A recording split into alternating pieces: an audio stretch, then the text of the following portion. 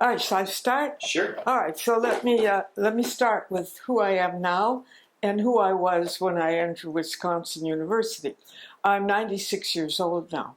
So when I entered the University of Wisconsin, I was just 18 years old. And let me tell you how I happened to enter the University of Wisconsin. In those days, they had a very strict Jewish quota, and none of the dance departments were available to me because the Jewish quota had always been filled. There was only one place left, and that was Wisconsin University.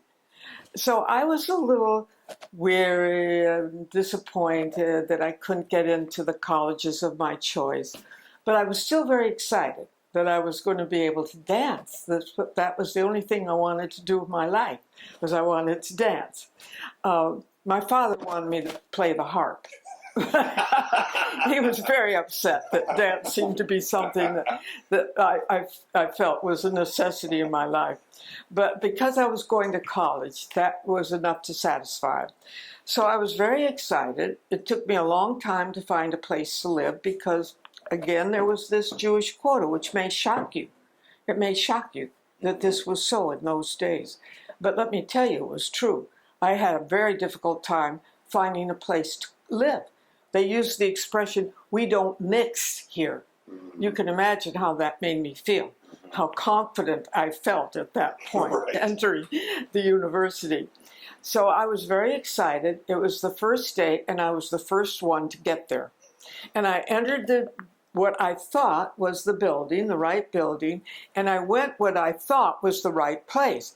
But when I arrived, there was a skeleton in the studio.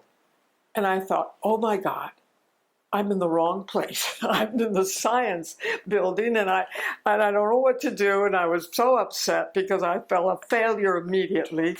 And as I started to rush out, this woman started coming in.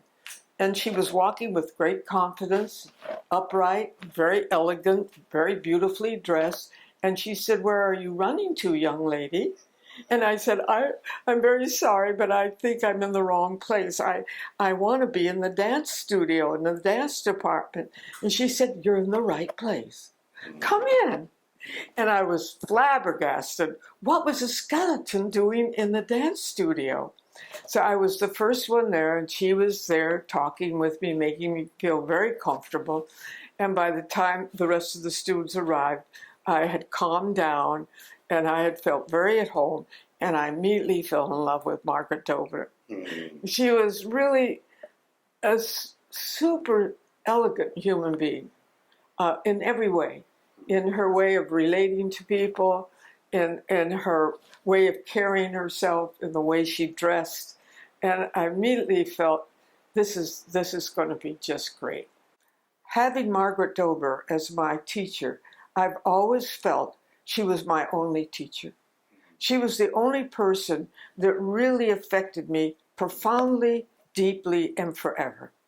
She had an original approach to movement, which wasn't popular in those days, and I don't know how popular it even is today. She taught you about how to internalize. She taught you how to use your body as your total instrument. And she did that in a word now that's become very popular. It's a word called somatics. It means the skeleton was there because she taught you what was happening when you move. You don't move from out there, you move from inside. And she taught you what that inside was on all the dimensions. On a skeletal dimension first, she taught you how to speak the language. This is flexion, this is extension, this is forward, this is backward, this is lateral, this is rotation. She taught you a language so you could speak an appropriate language when you talked about movement. That was my first real entrance into dance education. Because up until then, as a child, my mother had taken me to dance classes. Well, I had started out with the usual ballet because that's what little girls did.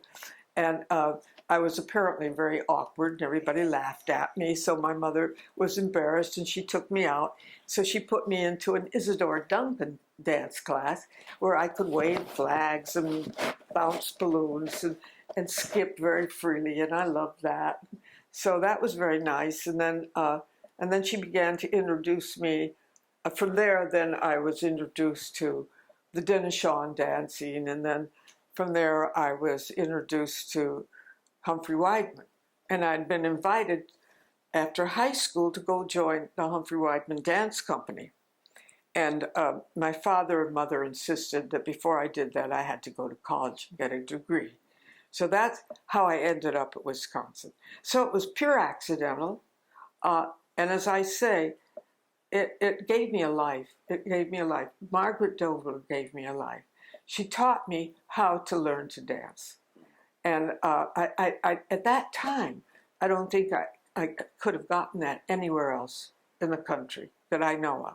The closest thing to that, perhaps, was Mary Wigman or Harold Kreuzberg. So she taught in a way in which you really learned about movement.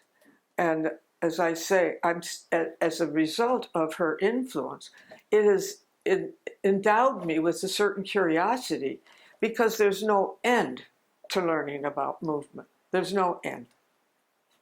She never demonstrated anything because she wasn't a dancer. She was originally a biologist, and she taught sports. So for her to be teaching a dance class was not her medium. So she was very clever. She never demonstrated anything. I never remember her ever demonstrating anything. She always figured out a way that we would find the movement, which was very clever. She was a very clever teacher. I have this very vivid image of her working with crawling on the floor.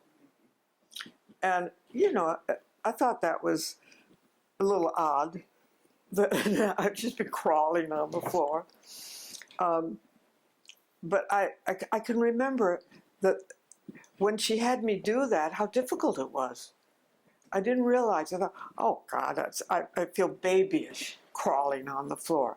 But then suddenly I realized this is a very difficult movement. That I had to find my spine. I had to pay attention to how my spine was moving, and then I had to notice how it went into my scapula, and then how it would go into my elbow, and then I noticed the whole relationship of how animalistic it was and how beautiful it was as a movement. But it wasn't easy. It was the most, it still is.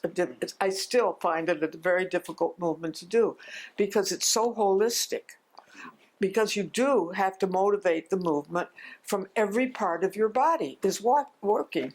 You have to flex your spine, and then you have to ripple it, and then it goes through to your sternum, and then it goes into your scapula, your elbow, your wrist, your fingers, even to your fingertip, and then it has to simultaneously go into the back of the hip joint and into the knee and ankle. I thought, oh my God, this is such a difficult movement. And I still remember that. And I still think it's a very beautiful movement. And she certainly inspired me as a constant learner. That I think is the most important thing any teacher can do. Sure.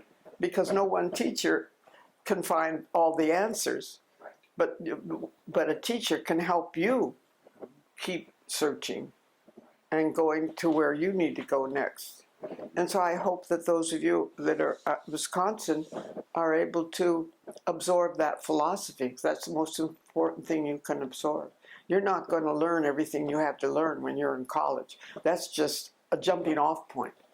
It's up to you to keep the learning process going after you leave college. And that's a big responsibility, because it's very easy. I've seen it happen. It's very easy to just settle in and do the same thing over and over again. That's when you burn out.